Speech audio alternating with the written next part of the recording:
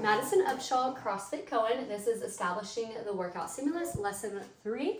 I chose workout number 2, which is 5 rounds for time of 15 thrusters, 15 toes to bar, 75 double unders. So doing some basic math for those thrusters, looking at about 2 to 3 seconds per rep, which gives us about 30-45 seconds spent on these 15 reps.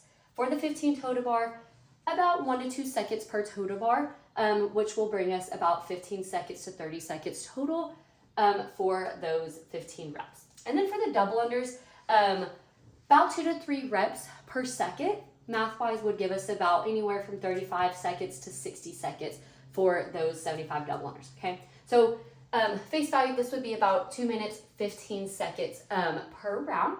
And then factoring in things like weight, fatigue, breaks, transition, and whatnot, diving into it a little bit deeper. For those thrusters, this weight, moderately heavy, we could probably say off the bat about 2 sets. And then later rounds, breaking it up at about 3 sets.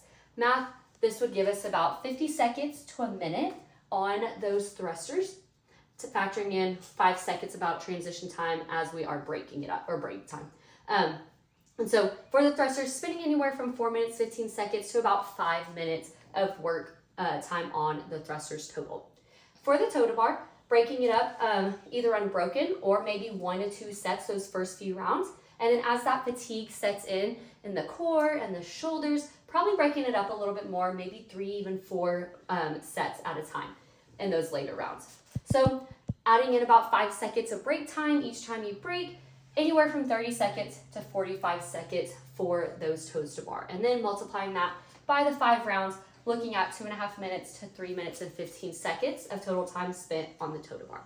And then for those double unders, yes, there is that fatigue in this workout when it comes to the shoulders, but I think our proficient athletes could probably keep those double unders unbroken. 75 is not a crazy high number, and maybe in those last couple rounds, breaking it up once. And so I kept about 60 seconds from that longer end on those double unders.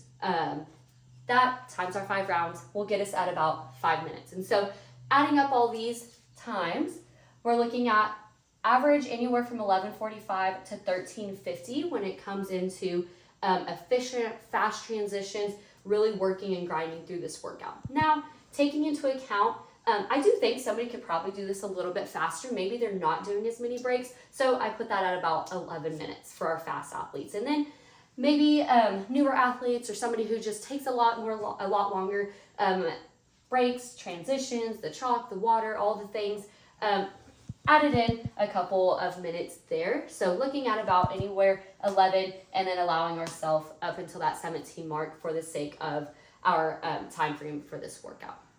Thanks.